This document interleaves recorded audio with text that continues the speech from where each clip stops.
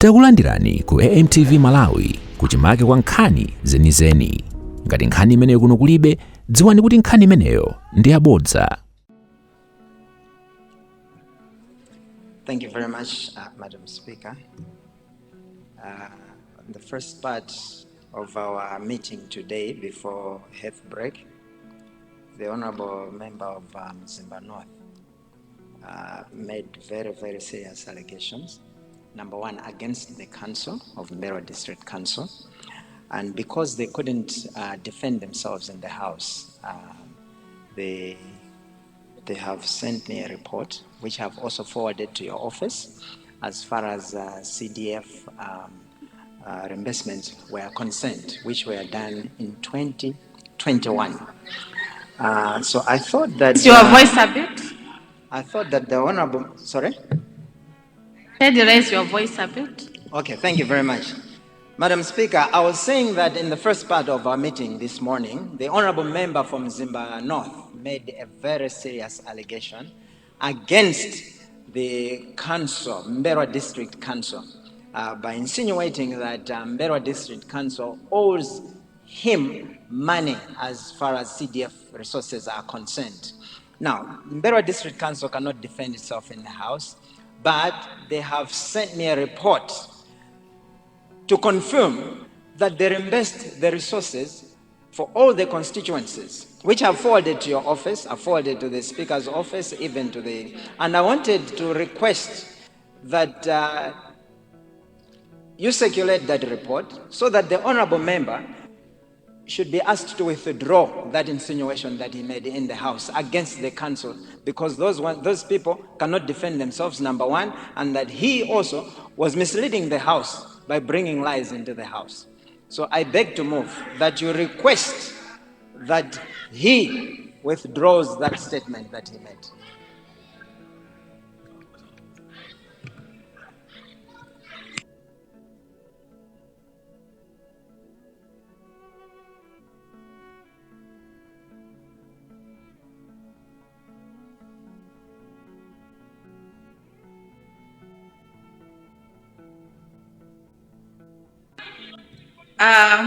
Honorable Chief Whip of the House, I've heard you, but since I already made my ruling on that, but still, I'll say I reserve my ruling and I'll come back later after consultations.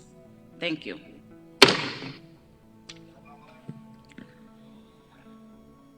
May you guide us?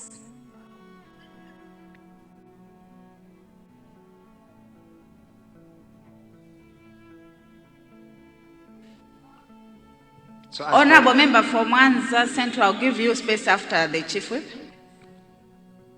As per our older paper, Madam, we will move straight to government business, and that is our debate on budget. And in this case, I think reports from the clusters, chairpersons. Thank you. Thank you very much. Honorable members, before we start the debate on the budget motion, may I give the space to Mwanza Central? Mwanza Central, if you are standing on a point of order, I think ask your colleague on how you can ask for space under point of order using the gadget, because when you are asking for a point of order, you always come on top. Next time, please try to do that. Second Deputy Speaker, whatever you say from that seat, the Member of Parliament must oblige. But just to say that I'm a little bit worried because this is campaign time. And when you say that if you don't understand the gadgets, my constituency will look like I'm ignoramus. And that has a terrible inference in so long as campaign time is concerned. But they know that I'm from the old school. And there was a saying that one day the people will create fantastic mechanical wonders that even ancient people never dreamed could have existed. Maybe in that context, I rest my case. But I want to say this. Thanks so much, Second Deputy Speaker, Madam, for giving a chance to people of Mwanza Central to say, to express a concern regarding my preference to ask a supplementary question to the Honorable Minister for Basic and Basic Education. Honorable Will you member, allow me? are you standing for a supplementary question or point of order? I'm asking for whatever nomenclature you can call it. No. But I'm asking to be heard. In that case, Honorable, if you have a point of order, go ahead. But if you don't have, Okay. if it is something else, then Okay, then I go for what you have said, because I must be directed by you. I respect you. Thank you. Is it in order, Second Deputy Speaker, Madam, that you cannot recognize the people of Mwanza Central in Kosikandugu, Kunene Kude Ngatiwe Tulongondo, to ask a supplementary question to the Deputy Minister of Education regarding Kanjeza Community Test Secondary School and Bele Community Test Secondary School, who are supposed to be electrified? Why is it in order that you can stifle this kind of concern? Second Deputy Speaker, Madam, I rest my case. Thank you. I rule you out of order, Honorable. Government business, budget motion. Honorable members, can I have chairs?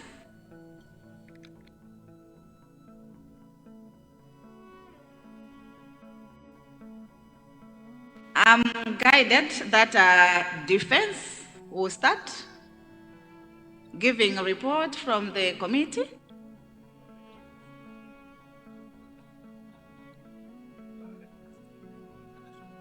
International relations. Ask for the floor, Honorable. I don't see you here.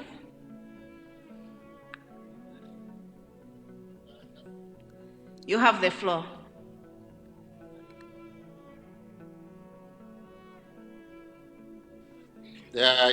Just a point of correction, Madam Deputy Secretary Speaker, that it is not only Defense Committee, but rather Defense Committee and International Relations, Madam. Very correct, Honorable. Thank you.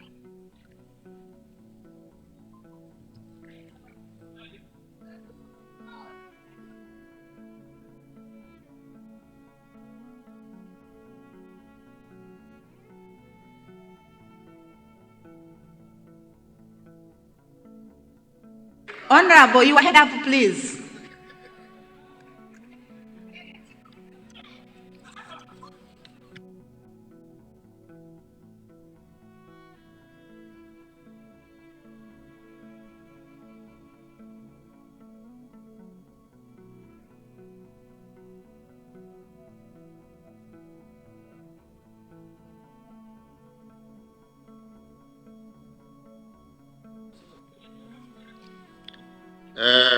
Thank you very much, Madam Second Deputy Speaker, for recognizing the Cluster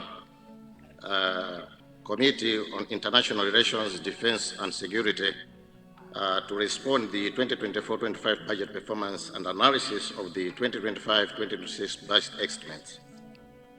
Madam Second Deputy Speaker, the Cluster on International Relations and Defense and Security looked at the following votes. Vote 082, Independent Conference Commission, ICC. Madam Second Speaker, on vote 082, Independent Conference Commission, the Cluster Committee ranked that a total of 1.4 billion has been allocated to this vote, up from 1.1 billion, revised estimates as at mid-year 2024-25 financial year. The allocation has been increased by 339.3 million, representing a 30.7% increment in nominal terms. However, despite this increment, the indicative ceilings of 1.4 billion will not be enough to achieve the mandatory and operational obligations in the 2025-2026 financial year, as it leaves many activities and functions paralyzed due to deficit of 783 million. Madam Second Deputy Speaker, the Cluster Committee recommends that Treasury should allocate an additional of 783 million to the Independent Police Complex Commission for institutions to effectively execute its activities such as recruitment and additional staff and investigation. Madam Second Deputy Speaker, the cluster also looked into vote 340, Minister of Homeland Security. Madam Second Deputy Speaker, on vote 340, Minister of Homeland Security, the cluster committee rented that the 2025-2026 allocation to the Minister of Homeland Security had increased by 3.4 billion, representing 67.7% increment in nominal terms. Madam Second Deputy Speaker, the committee noted that despite the increase, the allocation is still not adequate for the ministry since it is facing various challenges such as inadequate and worn-out office furniture and inadequate and aged fleet of vehicles, affecting mobility in implementing activities and high costs in maintenance. Madam, the cluster committee also visited construction of the new premises for C Division of the Malawi Police Service. During the visit, the cluster committee learned that the constructions of 160 houses under the PSIP project had stalled. The cluster committee learned that the project cost was initially estimated at 11 billion. However, it has been escalated to 30 billion due to devaluation and price changes. This representing 284.6% increase. As at the time of meeting, an estimated 7.8 billion had been spent on the project, whilst the project was at 40% completion rate. The cluster committee noted that delayed payments and insufficient funding had delayed completion of the construction of the houses. It was further noted that 2 certificates held by the Accountant General remains unpaid, and only 2 billion has been allocated to the project in the 2025-2026 budget. Madam Second Deputy Speaker, the cluster committee therefore strongly recommends that the Treasury should allocate additional funds amounting to 15 billion in the 2025-2026 national budget to facilitate the completion of construction of the Malawi police houses under the PSIP. Madam Second Deputy Speaker, the cluster committee also recommends that the Treasury should allocate 4 billion towards the construction of completion of the new Blantyre police station to avoid additional further delays and costs. Vote 091, National Intelligence Service. Madam Second Deputy Speaker, vote 091, National Intelligence Service has received an increase of 9.0 billion from the 2024 to 2025 financial year allocation, representing 87.9% increase in nominal terms. Madam Second Deputy Speaker, the primary budgetary related challenge for the 2024-2025 financial year was inadequate funding, resulting into failure to pay suppliers and service providers. Inadequate office space and equipment continued mobility challenges. Funds allocated to the NIC in the 2025-2025 financial year budget therefore aims to address the challenges faced in the 2024-2025 financial year and enhance the overall effectiveness of intelligence operations. Madam Deputy Speaker, the cluster committee therefore strongly recommends that Treasury should allocate 100% of requested budget by the NIC for the effective operations. Vote 101, Malawi Defense Force. Madam Second Deputy Speaker, the allocation to Vote 101 Malawi Defence Force has increased by 35.7 billion, representing a 15.1% increase in nominal terms. Madam Second Deputy Speaker, while some items have received an increase in allocation, other allocations have decreased. Due to inadequate funds in some items, some operations might be affected in the Malawi Defence Force. Madam Second Deputy Speaker, the Cluster Committee therefore recommends that an upward adjustment resources for all the critical areas under this vote should be considered by Treasury to enable the MDF run its operations smoothly, especially in this national elections year. Vote 342, Malawi Prison Service. Madam Second Deputy Speaker, the committee learned that in the 2025-2026 financial year, the prison service has been allocated 51.4 billion, which represents 30.5% increase in nominal terms from the 2024-2025 financial year revised figures.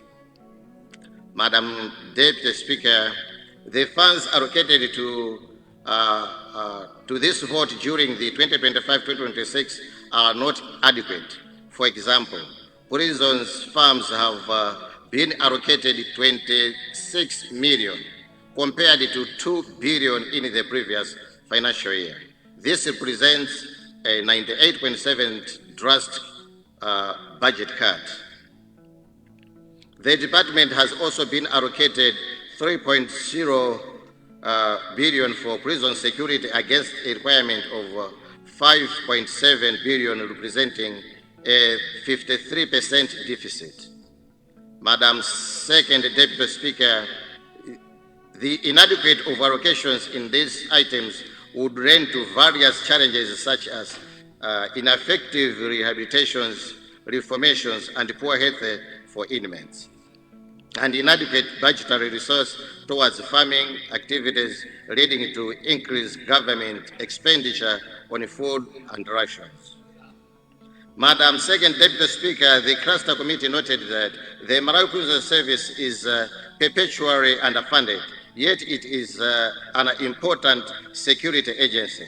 To address the funding challenges, the committee recommends that the Treasury should consider allowing the Malawi Prison Service to remit an adequate percentage of funds collected from the mega farms produced instead of the current 20% remittance.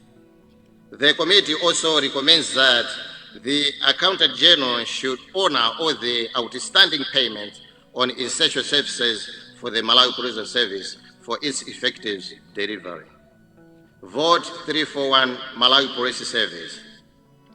Madam Second Deputy Speaker, the budgetary allocation to the Malawi Police Service has increased by 42.8 billion, representing 32.0% increase. Madam Second Deputy Speaker, the funds allocated to the Malawi Police Service in the 2025-2026 financial year are still not adequate. The Malawi Police Service faces a lot of challenges, which requires additional funding, such as mobility and inflation, which has caused the Malawi Police Service to fail implementing most of the planned activities in the 2024-2025 financial year.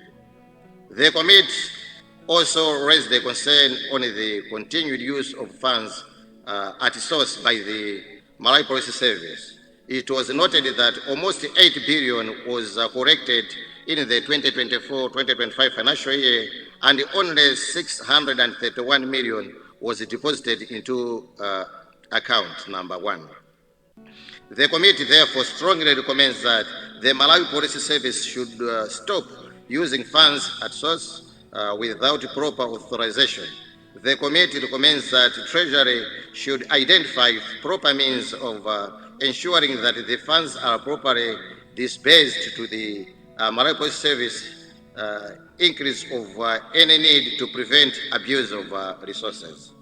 The committee also recommends that the Treasury should prioritize and allocate the following additional funds to the Malawi Police Service for its effective delivery.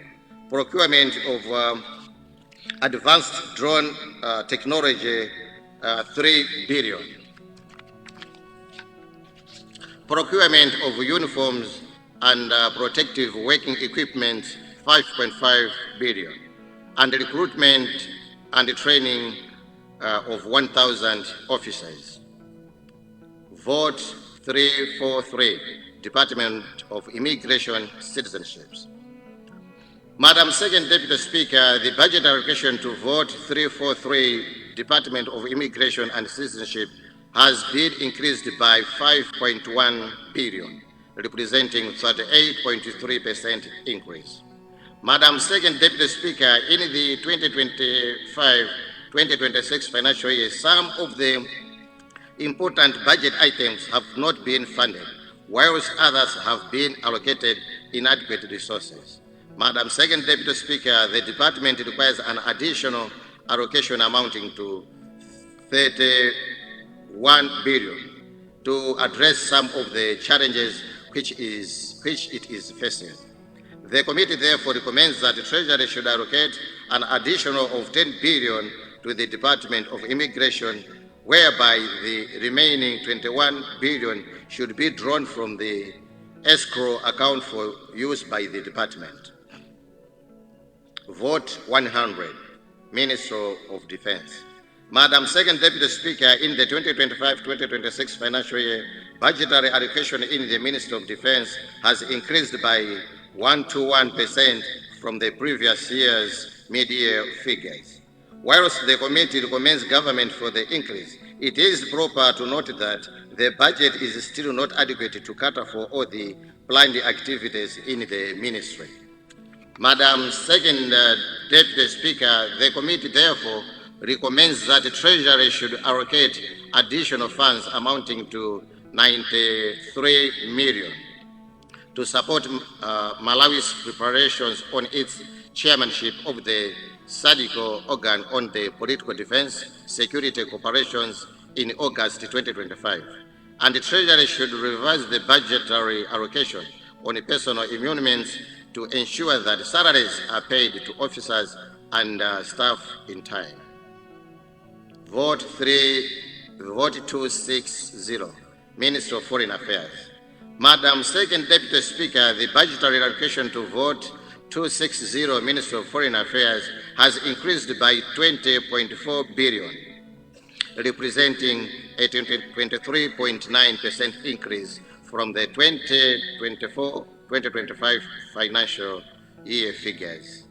Madam Second Deputy Speaker, the funds allocated to the ministry are still not adequate to address the challenges that it is facing. The variance of 7.0 billion will affect various activities, including purchase of motor vehicles in foreign missions and the purchase of technical directorate in the ministry. The Cluster Committee therefore recommends that the Treasury should allocate additional resources amounting to 7.0 billion to the Ministry of Foreign Affairs for its key activities in the 2025-2026 financial year. Vote 344, National Legislation Bureau. Madam Second Deputy Speaker, the committee learned that in the 2025-2026 financial year, the National Registration Bureau has been allocated 29.9 billion, which represents 54.0% decrease from 2024-2025 revised figures. Madam Second Deputy Speaker, the decrease will affect various activities at the NRB, such as field mobility, infrastructure, and marriage registration exercise, which requires an additional allocation of about 190 million. The Cluster Committee therefore recommends that additional resources amounting to 21 billion should be allocated to NRB for its effective delivery, especially during this national elections year. Madam Second Deputy Speaker, let me conclude by urging all MTAs to promote budget deficit reduction by prioritizing activities in their respective institutions. I also urge the Treasury to consider revising upwards budget allocation for the critical activities outlined in the report for increased efficiency of stakeholders under the Cluster Committee on International Relations and Defense and Security. Madam Second Deputy Speaker and all honorable members, with these few remarks, I beg to move that the House consider adopting this cluster report of the international relations and defense and security. Madam Second Deputy Speaker, I beg to move.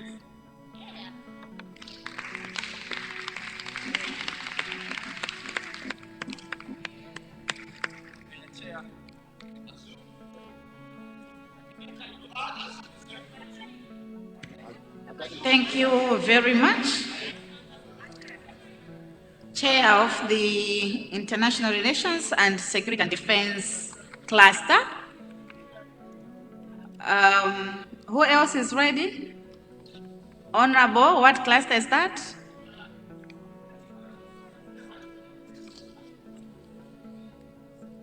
Thank you, Honorable. That's Legal Affairs and Government Assurance. Please proceed.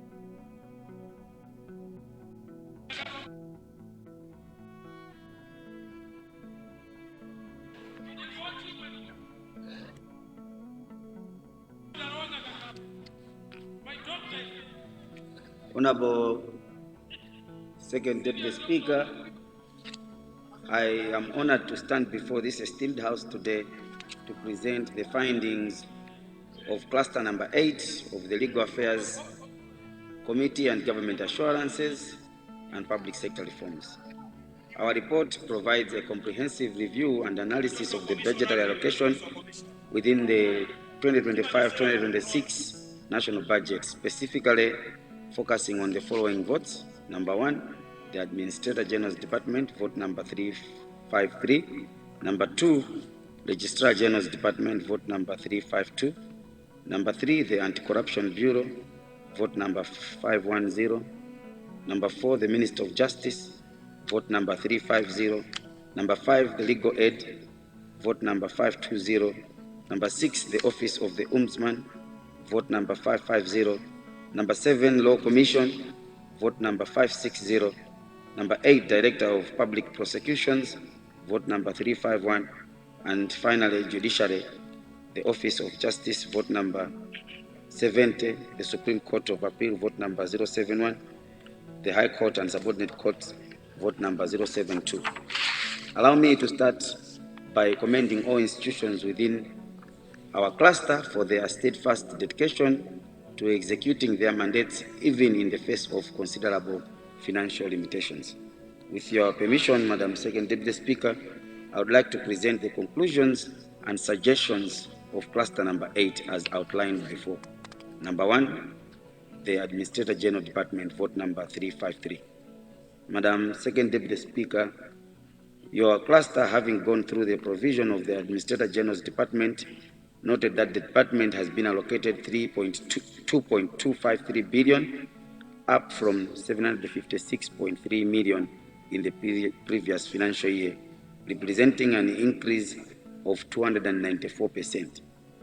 Madam, this is commendable and we applaud Treasury for this increase.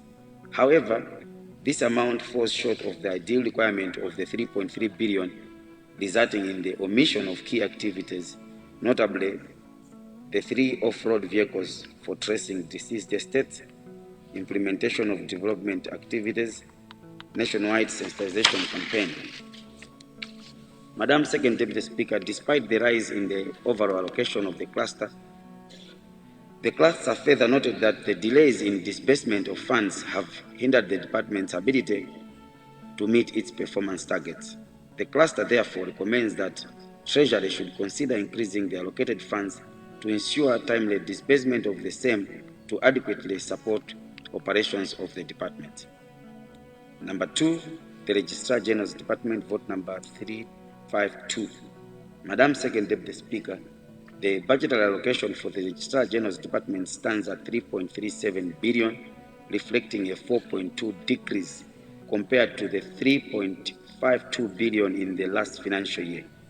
Madam Speaker, it is important to inform this House that government has significantly increased the revenue correction targets for the concerned votes, raising them from 3 billion in the previous financial year to 12 billion in the upcoming financial year. The cluster has full confidence in the department's capacity to meet these enhanced targets. We commend government for heeding the recommendations previously made by this cluster, which urged the reassessment and upward revision of the department's revenue targets, noting the past targets were considerably lower than the department's actual collection performance. Furthermore, Madam Second Deputy Speaker, I wish to emphasize that I stand here today requesting no additional funding for this vote, as the Registrar General assured the committee that the department will efficiently manage its operations within the allocated resources. Number 3, the Anti-Corruption Bureau, vote 510. Madam Second Deputy Speaker, before diverging into the budgetary allocation details of the Anti-Corruption Bureau, let me emphasize to this House that the Bureau serves as a pivotal government institution dedicating to combating corruption through proactive measures, educational initiatives, and law enforcement. In this capacity, it plays a significant role in advancing enabler number 2 of the Malawi 2063, which focuses on establishing robust government systems and institutions. Madam Second Deputy Speaker, our nation is grappling with detrimental effects of corruption, and the well-being of our country is intricately tied to the determination to combat this issue. I must express gratitude to government for increasing budgetary allocation dedicated to essential aspects of the Anti-Corruption Bureau's mandate from 9.56 billion to 10.7 billion, representing 11% upsurge. The increase conveys a strong commitment on our part as a nation to earnestly address the challenge of corruption. Madam Second Deputy Speaker, although the increase is highly appreciated, the Bureau requires an additional funding of 4.5 billion for the office construction and the 2.1 billion for the motor vehicle procurement. The cluster employs upon Treasury to allocate the additional funding which has been mentioned. Number 4 is the Ministry of Justice, vote number 350. Madam Second Deputy Speaker, the Ministry of Justice has received an allocation of 5.44 billion, representing a significant increase from the previous allocation of 2.9 billion. As some members may concur, the ministry has often been criticized for slow progress in drafting bills. I request this opportunity, Madam Second Deputy Speaker, to speak on this matter on behalf of the esteemed House, highlighting that the previous delays were largely attributed to insufficient funding and understaffing. Furthermore, the House may wish to note that newly Office of the Registrar of Political Parties is also under the wing of the ministry, therefore requires resources for its operations. For these reasons, the cluster appreciated the gaps and requirements needed by the Ministry of Justice in the budget. However, the committee recommended that out of their requirements list, Treasury should allocate funding on the priority list, which are as follows. Number 1, capacity building for lawyers on the loan and mining contracts, which is pegged at 450 million. And number 2, the purchase of motor vehicles, 3 for the Office of the Registrar of Political Parties, and 2 for the Ministry of Justice, pegged at 4.5 billion. Number 5 is the Legal Aid Bureau, vote number 350. Madam Second Deputy Speaker, in the 2024-2025 allocation, the Legal Aid Bureau was allocated 3.56 billion, and the proposed estimates allocation for 2025-2026 is pegged at 5.61 billion, representing a 57.4% increase. Despite this increase, severe funding gaps persist. The House may wish to note that the Bureau indicated that out of the most priority areas that were appealed to Treasury for additional funding are the following. Number 1, 2.5 billion for procurement of motor vehicles at the pool in 16 district offices, 200 million for replenishment of the Legal Aid Fund to assist them to meet the operational needs that could not wait for ORT funds. The cluster recommends that the funds be made available to the Bureau as requested. Number 6 is the Office of the Ombudsman, vote number 550. Madam Second Deputy Speaker, the Office of the Ombudsman will receive a 66% increase in their budget allocation from 3.1 billion in the 2024-2025 financial year to 5.2 billion in the proposed budget estimate. Although the institution has registered an increase in the allocation, it is still short of 600 million to procure vehicles, furniture, and office equipment for newly established offices. Additionally, the House may wish to note that the increase is not only in nominal value. Additionally, the House may wish to note that the increase is only in nominal value and not in real terms. Therefore, Treasury should consider allocating additional funding during mid-year review. Vote number 7, Law Commission, vote 560. The Law Commission allocated 2.264 billion, that represents a 39% increase from 2024 to 2025 allocation of 1.12 billion. However, the Law Commission and the law reform activities and the civic education programs remain severely underfunded, receiving only 46% and 47% of the ideal budgets, respectively. The cluster recommends an additional funding of 420 million to Law Commission to enable them to facilitate procurement of motor vehicles and adequate funding for the law reform and civic education activities. Number 8, the Directorate of Public Prosecutions, vote number 351. The vote has been allocated 3.86 billion from 2.21 billion in the previous financial year. This represents a 48.57% increase. With this funding shortfall, DPP will not be able to carry out some of its operations. The Directorate requires an additional 1.86 billion, including 300 million for the procurement of motor vehicles to enhance its operation. Number 9, Judiciary votes 070, 071, and 072. Madam Second Deputy Speaker, lastly, your cluster considered votes under the Judiciary. Total allocation for the vote is projected at 43.46 billion, which is a slight decrease from the allocation of 2024-2025, which was at 44.41 billion. It's concerning to note that the allocation to the judiciary has been reduced despite the widespread public outcry regarding shortcomings within the justice system. Inadequate funding hampers the judiciary's ability to implement mechanisms aimed at improving efficiency. Among other challenges, the judiciary continues to face significant constraints in areas such as procurement of motor vehicles, rehabilitation of court buildings, and continuous professional development. The cluster therefore proposes additional allocations of the following: 776 million votes for vote 070, 882 million for vote 071, and 7.7 billion for vote 072 for motor vehicles and infrastructure. Secondly, 500 million for the training and capacity building. And lastly, 5 billion for judiciary committees and election petitions.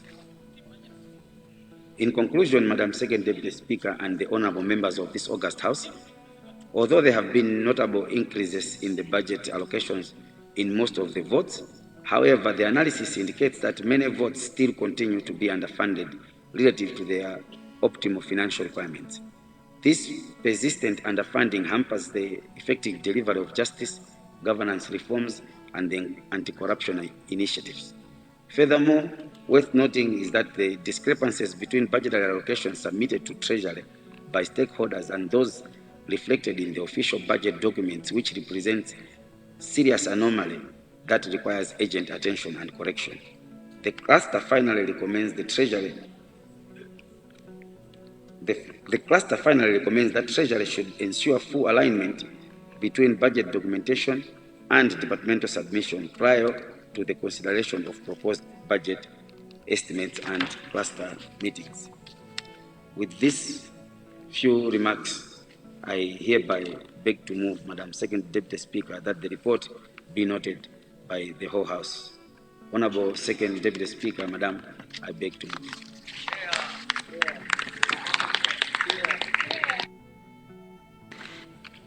Much thanks to the people of Blantyre City South, representing Legal Affairs and Government Assurance Cluster. Who else is ready? Which cluster is that?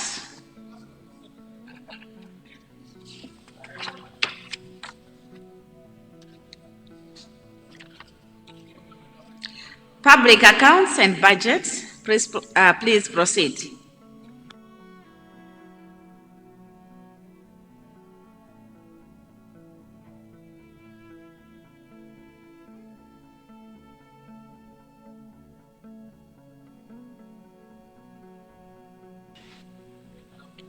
Thank you, Madam Speaker, for recognizing Cluster 7 to present its report.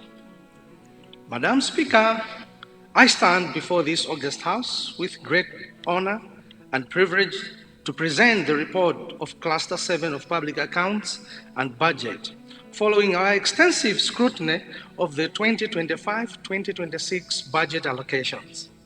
As esteemed members of this House are aware, the budget is a crucial tool for ensuring transparency, accountability, and effective delivery of public services. Our analysis has focused on ensuring that government expenditures align with national priorities while addressing key operational challenges. The cluster, Madam Speaker, reviewed budget allocation for the following votes. Vote 020, miscellaneous and other statutory payments. Vote 030, pensions and gratuities. Vote 090, National Audit Office. Vote 271, Accountant General's Department. Vote 273, Malawi Revenue Authority. Vote 279, Financial Intelligence Authority. Following detailed engagements with controlling officers, the cluster has made key observations and recommendations, which I now present. Vote 279, Financial Intelligence Authority. Madam Speaker, the Financial Intelligence Authority, FIA, plays a crucial role in combating financial crimes, yet it continues to operate under severe budgetary constraints. The total allocation for FIA in the year 2025-2026 fiscal year stands at 2.26 billion, a 13.6% increase from the previous years. However, despite this increase, the authority still faces significant operational challenges. The committee noted that while FIA has recorded key achievements, such as investigating 66 money laundering cases and freezing over 1.3 billion in fraudulent transactions, its capacity remains overstretched. The backlog of financial crimes cases remains unresolved due to delays at the Financial Crimes Court, which currently operates with only 3 judges. The committee strongly recommends increasing judicial capacity to expedite the case solutions. The case resolutions. Additionally, FIA has been unable to procure essential operations assets due to budgetary constraints. The committee is particularly concerned that the Deputy Director General has been without a suitable vehicle for over 3 years. A request for 220 million for vehicle procurement has been submitted, and we urge Treasury to prioritize this allocation to improve FIA's mobility and effectiveness. Vote 271, Accountant General's Department. The Accountant General's Department, Madam Speaker, is at the core of financial management and accountability in government operations. The budget allocation for the department has increased significantly to 33.5 billion, representing a 57% rise from the previous fiscal year. This increase is attributed to the expanded financial management reforms that upgrades the integrated financial management systems, IFMIS. Madam Speaker, despite this increase, the department continues to struggle with pension arrears, which have now accumulated to 172 billion. The committee expresses deep concern over prolonged waiting periods for pensioners, some of whom have been waiting for years to receive their dues. An additional 9 billion is required to clear the backlog of pension obligations, and we call upon the Treasury to allocate these resources urgently to ensure retired civil servants receive their rightful entitlements in a timely manner. Vote 090, National Audit Office. Madam Speaker, the National Audit Office serves as the primary institution ensuring transparency, accountability in the use of public funds. At the beginning of the year of 2024-2025 financial year, National Audit Office was allocated 3.98 billion, which was revised upwards by 102.29% of the 8.027 billion at the mid-year. In the 2025-2026 proposed budget, National Audit Office has been allocated 7.58 billion, which is a 5.58% decrease from the mid-year revised estimates. Madam Speaker, come to this, the whole budget has increased with over 2 trillion, and we have the audacity to decrease the budget of the institution that is mandated by law to oversee how these resources would be utilized. Are we serious as a country? How do we guarantee that the resources we are about to approve for expenditure will indeed be used for the intended purposes as allocated, if we do not capacitate the Auditor General's Office to conduct the much needed audits over the usage of these resources?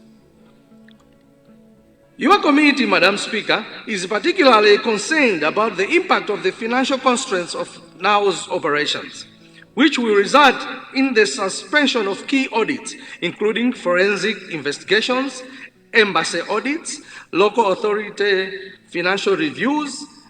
Without additional funding, National Audit Office will be unable to meet its mandate effectively. This should be a concern for all of us, but in particular the Minister of Finance himself, unless, of course, if he would be okay that the resources be mismanaged.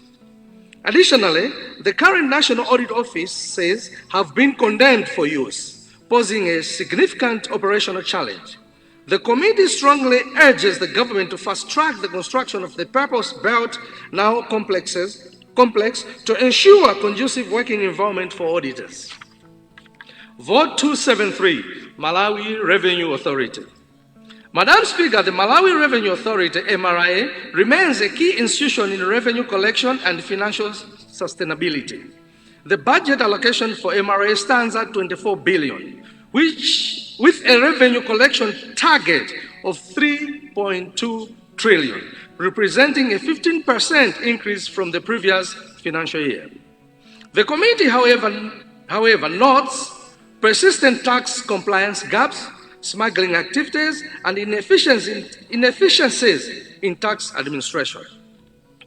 Outdated ICT systems continue to hinder the revenue collection efficiency, and the committee strongly recommends an additional $7 billion to be allocated for ICT modernization. Furthermore, $3 billion should be allocated for enhanced border surveillance and custom operations to curb revenue leakages from smuggling. The cluster committee noted security concerns where MRA officers at the borders were living in rented houses, which posed a danger to their integrity since some landlords were also doing cross-border trading. This is making their work difficult since they are policing their own landlords. The cluster recommends for the construction of MRA houses in all border posts in the country. Vote 20, miscellaneous and other statutory payments. Madam Speaker, the budget allocation for this vote has more than doubled, increasing from 57.5 billion in the previous fiscal year to 120.36 billion. To 120.36 billion. This rise primarily reflects increased allocation for the student loan and recapitalization of the National Economic Empowerment Fund, NEF. The cluster committee recognized the importance of NEF in promoting economic empowerment and job creation. However, the committee was concerned about disbursement and recoveries. Therefore, the committee urges the Ministry of Finance and the managers of NEF to provide a comprehensive report outlining funds' operational performance, loan recovery rates, and impact on the targeted beneficiaries. Vote 030, pensions and gratuities. Madam Speaker, the challenge of pension arrears remains critical, with outstanding obligations now at 172 billion. Pensioners continue to face long delays in accessing their benefits, creating undue financial hardships. Madam Speaker, we are all witnesses to the hardships that the retirees and pensioners are facing in this country. These people have been asking us for help. We should be serious about helping these people. The committee emphasizes the urgent need for an additional 9 billion to clear the existing backlog. The automation of pension fund operations is also necessary to enhance efficiency and transparency. The committee recommends the immediate implementation of a digital pension system to streamline processes and minimize administrative efficiencies. In concluding, Madam Speaker, the observations and recommendations I have highlighted reflect the critical financial and operational challenges facing key institutions under the Cluster 7. While government funding remains constrained, the strategic resource allocation is necessary to address inefficiencies and ensure that smooth delivery of essential public services. I therefore urge this August House to consider this report and support the recommendations therein to improve financial accountability and service delivery. With these remarks, I hereby beg to move, Madam Speaker, that the report be noted by the House. Madam Speaker and honorable members, thank you very much for your attention. Thank you. Thank you very much. The people of Zomba and Tonya, representing Cluster 7, Public Accounts and Budgets. We are remaining with 3 clusters, and because of time, I suspend the House for lunch break. We'll be back at 5 minutes before 2. House suspended. Osaiwala kupanga subscribe ku channel ya AMTV Malawi.